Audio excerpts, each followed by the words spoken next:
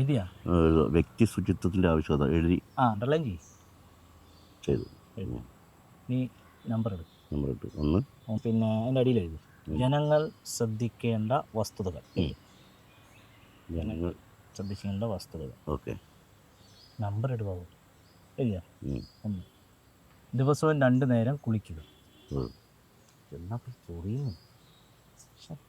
2 പല്ല് തേക്കുക.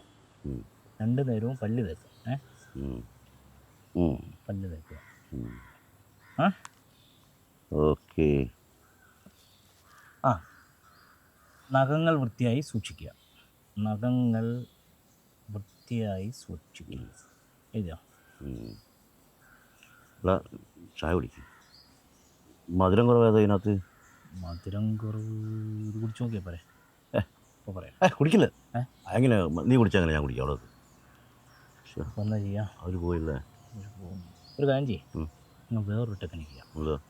മധുരം കുറവ് ഏതാണെന്ന് അറിയണം, അത്രയല്ലേ ഉള്ളൂ. അങ്ങനെ നോക്കിയാൽ മനസ്സിലാവുക? ഒന്നും മനസ്സിലാവില്ല. ഇപ്പോൾ മധുരമുണ്ട്.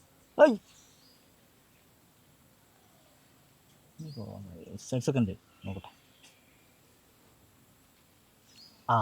ഇത് മധുരം കുറവാണ്. ഇതാണ് മധുരം കുറവ് കേട്ടാ. കുടിച്ചോ. 2 നീ എല്ലാം കുടിച്ചോ? എന്നാ പോകട്ടോ. പിന്നെ നീ വരലിട്ടല്ലേ ഞാൻ കഴിക്കുന്നു. വരലിട്ടല്ലേ ഉള്ളൂ. ഓ, വലിയ ശുചിത്വത്തിൻ്റെ കാര്യം പറയുകയും ചെയ്തു.